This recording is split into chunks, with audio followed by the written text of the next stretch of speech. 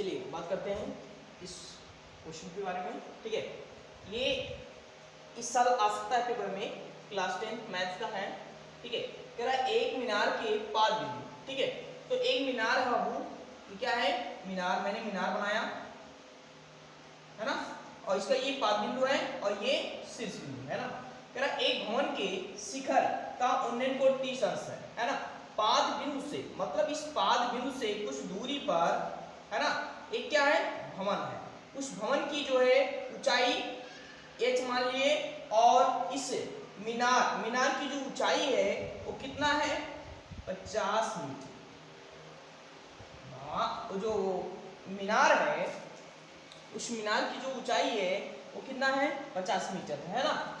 और कह रहा कि मीनार की पाद बिंदु, जो मीनार का पाद बिंदु है ना, ये से एक भवन, यहां से कुछ दूरी पर एक भवन है कि शिखर, इसका शिखर है ना, इसका शिखर है ना का उन्नयन कोण 30 अंश बनाता है। इसका मतलब यहां से यहां तक इसकी शिखर, भवन के शिखर से है ना, मीनार के शीर्ष से कितना अंश का कोण बनाता है 30 अंश का। कितने अंश का 30 अंश का है ना। फिर उसके बाद ये कह रहा कि भवन के पाद बिंदु से मीनार के शिखर का उन्नयन कोण 60 अंश है ना। इसका मतलब कि भवन के पाद बिंदु, तो ये भवन के पाद बिंदु से, तो ये भवन के पाद बिंदु है और ये मीनार का शीर्ष है ना, इससे 60 अंश का कोण बनाता है ना। कह रहा भवन के पाद बिंदु से, तो भवन का पाद बिंदु ये है ना, कि मीनार की शिखर का, मीनार का शिखर, ये शिखर है और ये मकान भवन का पाद बिंदु है। बात समझाया। चलो हमको निकालना है भवन की ऊंचाई, इसकी ऊंचाई निकालना है। ये भवन है, मैं लिख दे रहा हूं भवन, ये भवन की ऊंचाई है, ये मीनार की ऊंचाई, मीनार की ऊंचाई मैंने हम लोगों को दे चुका है ना। चलो 50 मीटर दिया है मीनार, 50 मीटर ऊंचा, तो 50 मीटर ऊंचा मैंने बनाया। अब इसको हम दर्शाते हैं ए बी सी और यहाँ डी और ई है ना। चलो पहले किसकी बात करते हैं, ए बी सी की बात करते हैं है ना। तो त्रिभुज ए बी सी में है ना, तो त्रिभुज ए बी सी की बात करेंगे तो एक चीज और है, क्योंकि यहाँ तो लंब तो दिया ही नहीं है, लंब को मान नहीं दिया है, तो हम क्या करेंगे इसको x मान लेते हैं। कितना मान ले, चलो s मान लेते हैं, और ये मैंने दूरी y मान लिया, तो जो दूरी ये होगा DE, अर्थात DE बराबर जो हो जाएगा AB के बराबर। किसके बराबर हो जाएगा AB, इसका मतलब ये भी कितना हो जाएगा y हो जाएगा, दोनों सेम हो जाएंगे। अब देखो हमारे पास लंब का मान है और आधार का मान, तो त्रिकोणमितीय अनुपात में ऐसा कौन सा सूत्र का प्रयोग करें जिसमें लंब और आधार आ जाए। तो tan बराबर तो लंब बटे आधार। चलो तो tan लेंगे, tan ठीक है कितना अंश 30, तो ये हो जाएगा लंब बटे आधार, तो ये हो जाएगा लंब बटे आधार। तो लंब का मान कितना है x और y y। tan 30 का मान कितना हो जाएगा 1/√3 हो जाएगा। tan 30 का मान कितना होता है 1/√3, और ये x अपान y यहाँ मल्टीप्लाई कर देंगे, इसका यहाँ कर देंगे है ना, तो ये हो जाएगा y इक्वल हो जाएगा √3x हो जाएगा है ना। या तो आप इधर ही कर सकते हो। चलो y का मान मैंने निकाल दिया है ना। अब किसकी बात करोगे, इस त्रिभुज है ना, इस त्रिभुज के DEC की बात करोगे, तो लिखोगे त्रिभुज DEC में है ना।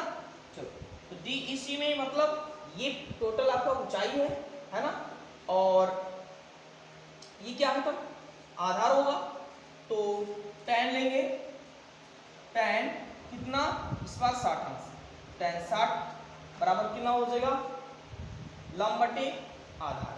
तो लंब टोटल कितना है 50, 50 से लिख दे रहे हैं, आधार कितना है y, ये y का मान है ना।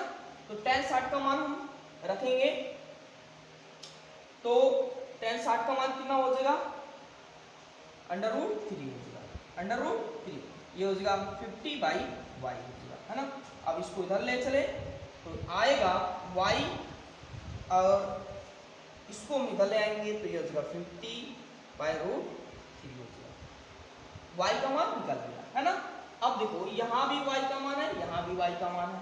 अब y का मान ये भी रख सकते हैं और y का मान ये भी रख सकते हैं, तो समीकरण इसको 1 मान लेते हैं और समीकरण इसको हम 2 मान लेते हैं। अब दोनों समीकरण को क्या करेंगे, हल करेंगे। इसको पहले लिखो,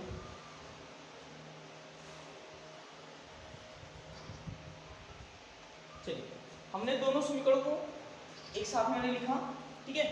चलो अब हमको क्या करना है बाबू, y का मान ये भी रख सकते हैं और y का मान ये भी रख सकते हैं, तो समीकरण 1 और 2 से, है ना। तो ये y का मान हम यहाँ रख दें तो ये हो जाएगा 50/√3, y का मान यही मैंने यहाँ रख दिया, तो बराबर हो जाएगा √3 इक्वल हो जाएगा इंटू x हो जाएगा।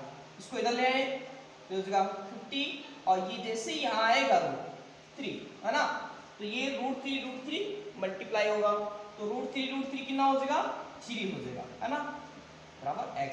ये किसका मान आया, x। ये भी ये ऊंचाई आया, है ना।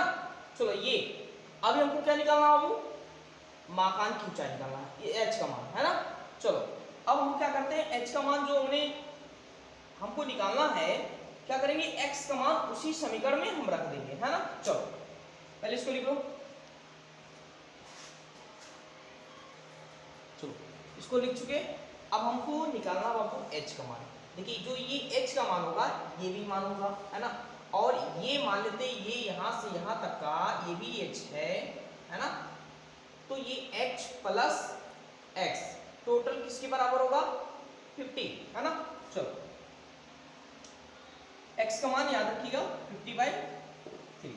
अब देखो ये टोटल जो ऊंचाई है ना, टोटल ऊंचाई कितनी है, 50, है ना, और इसमें कितनी ऊंचाइयां हैं, x और y, तो ये हो जाएगा x प्लस y, है ना, या h है। चलो h कर लेते हैं, है ना। चलो ये x का मान कितना आ जाएगा मुझे बताओ, 50/3 और प्लस h, इसको इधर ले चलते हैं तो 50 माइनस 50/3 और बराबर h हो जाएगा, है ना। और क्या करेंगे, इसका मल्टीप्लाई यहाँ करेंगे, 150 बट्टे माइनस 3 हो जाएगा बराबर h, और इसमें से घटाएंगे तो 100 बट्टे 3 हो जाएगा और बराबर h। ये आपका आंसर आ जाएगा, ठीक है।